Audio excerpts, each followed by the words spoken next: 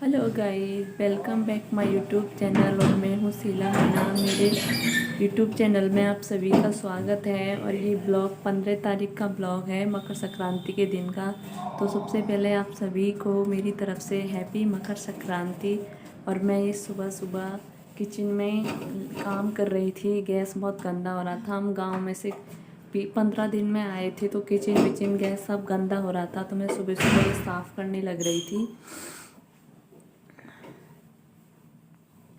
मुझे कुछ बहुत ही ज़रूरी मेरा कुछ ऑफिशियल काम पड़ गया था, तो मैं मकर संक्रांति से एक दिन पहले मेरे पियर से आ गई थी। गई तो मकर संक्रांति के लिए ही थी, लेकिन कुछ ज़रूरी काम था तो मुझे एक दिन पहले ही वापस आना पड़ा। और ये गैस पट्टी वगैरह सब मैं साफ़ कर रही थी। मकर संक्रांति के एक दिन पहले ही हम गांव से आ गए थे। सोच रही थी कि 2-3 दिन का स्कूल छूटेगा गुड़िया का, और मकर संक्रांति मना के उसके बाद ही चलेंगे, लेकिन कुछ ज़रूरी काम आ गया था तो हमें अचानक से आना पड़ा। और ये मैं साफ़ सफाई करके और है ना, मैं ये गोभी के पराठे बना रही थी। मैं कल गोभी लेके आई थी तो उसने 1 किलो कर दी। मैंने सोचा 1 किलो का क्या इतनी सब्ज़ी कौन खाएगा, तो ना मैं गोभी के पराठे बना रही थी। मैं काफ़ी दिन बाद मैं पराठे बना रही थी, और मैं ये देख रही थी कि कीड़े वीड़े लटवट तो नहीं है। आजकल गोभी ठीक नहीं आ रही है, लेकिन ये सही लगी थी इसीलिए लाई थी मैं। और मैं पहले ही मैं मोटा मोटा काट के बनाती थी, लेकिन मैं इस बार ना उसमें कद्दूकस करके बना रही हूँ। गांव में होते तो मकर संक्रांति के दिन तो चूरमा बाटी, दाल चूरमा बाटी खाते, लेकिन अब क्या करें, मैं ये गोभी के पराठे ही बना रही हूँ। और ये मैंने कद्दूकस करके और मैंने इसको तेल में, थोड़ा से तेल में सब्जी की तरह फ्राई करके बनाए थे कि इससे थोड़ा सा टेस्ट बढ़ जाता है। और मेरे पास ज़्यादा कुछ सामान नहीं था, हम गांव से आए थे, तो ये गोभी पड़ी थी। और ना ये गोभी मैंने फ्राई कर ली थी, और इसमें प्याज मिर्ची हल्दी नमक वगैरह कुछ ज़्यादा सामान नहीं डाला था, बस यही डाला था जो सब्ज़ी में डलता है। और ये बन के तैयार हो गया मसाला।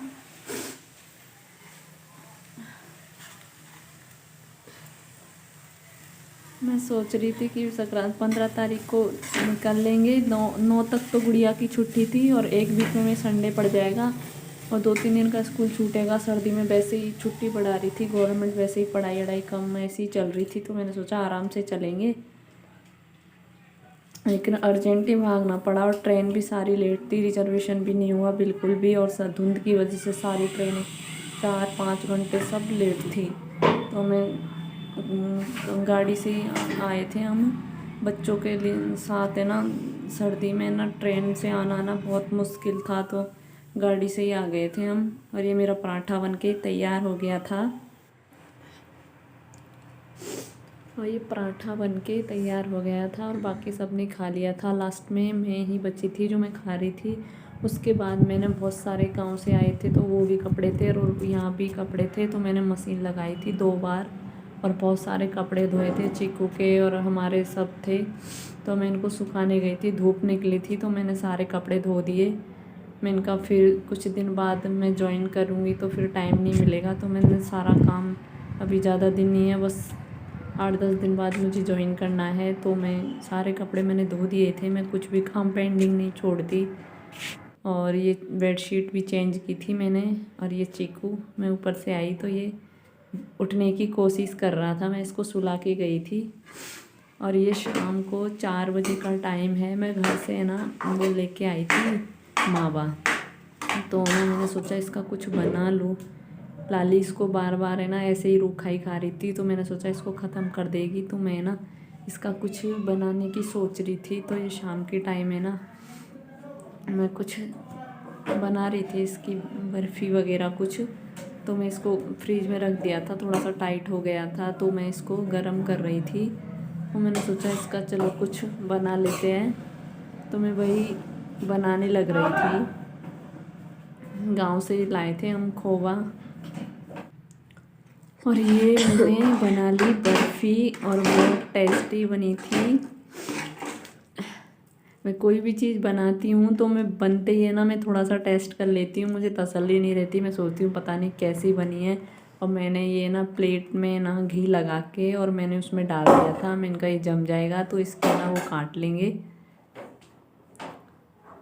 तो ये बहुत एक किलो के आसपास मावा था, मैंने चीनी कम ही डाली थी, ज़्यादा मीठा अच्छा नहीं लगता। और ये मेरी बर्फ़ी बनके हो गई तैयार।